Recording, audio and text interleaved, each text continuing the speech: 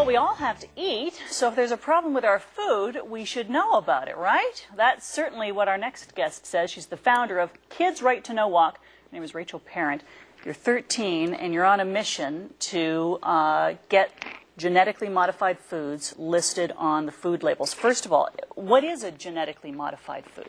Well, a genetically modified food is where they take the DNA from a plant and blast in pesticides into it. That way when it grows, it's its own living pesticide. That way when a bug eats it, it dies within minutes. The bug dies? Yes. And then another version of it is that they blast the DNA from another species to introduce a new trait.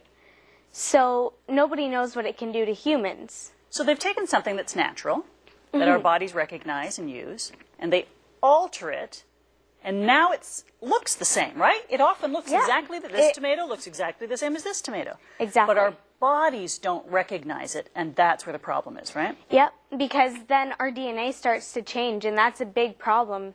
And also, like, even with rat studies, they started getting tumors and cancer, so it's a big problem. Yeah, you brought this horrific picture. So there it is. What's going on with these poor rats? Well, the thing is, they needed to test the rats over 2 years, because that's their lifespan. And after 9 months, their DNA already had started to change. And then after the full 2 years, they were filled with cancer and tumors. And then they also did a test with guinea pigs. And after the 3rd generation, they were infertile.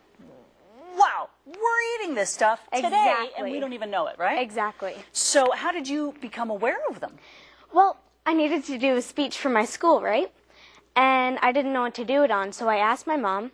And she gave me the idea of doing it on GMOs, so I was like, great. So I started researching it and getting more into it.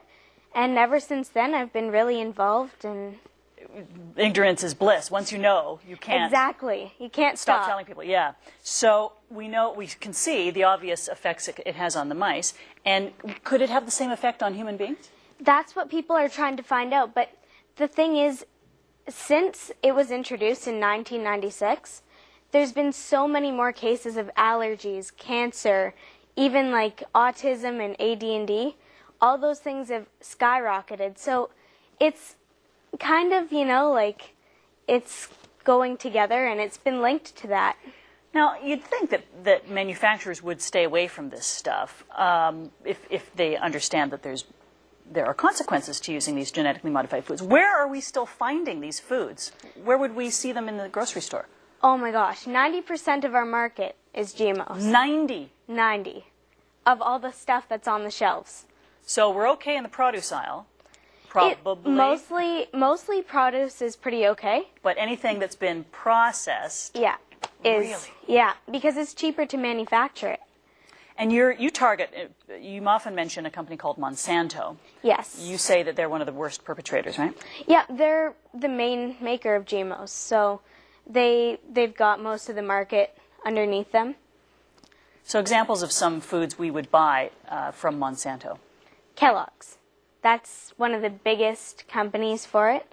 Also, kids buy snacks for school. That's a huge market because kids love snacks, like it's just so easy. You can bring it to school, you can eat it. It's small. So those are 2 really big ones. And then like any little cookies or snacks, if it has the ingredients like canola, soy, corn, or even vegetable oil, GMO. It's GMO. Oh my gosh, this is frightening. California is afraid of it too. What is Bill 27? Bill 37 is a bill. 37. Yeah, okay. 37. Bill 37 is a bill that states if enough people vote yes to the bill, they'll put GMO labeling on the products that contain it.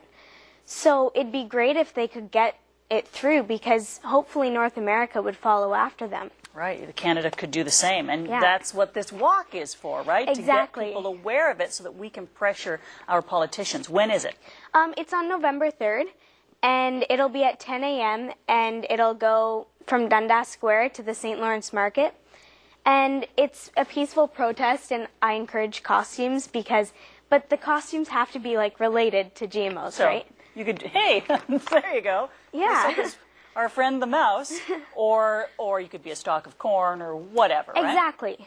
Whatever you'd like to be, as long as it's similar to the idea. Sure, and we could bring signs as well. Yeah. It's so important that as a young person you're doing this because you're making your generation aware of it. Forces sure. us to become aware of it if we aren't already, and we can act on it. So all the information on the walk is? You can follow me on Twitter at Rachel's News, and you can also follow me on my blog, which is gmo-news.com. gmo-news.com. Thank you so much. Good No luck problem. with the walk. Thank you. Changing lives, hopefully.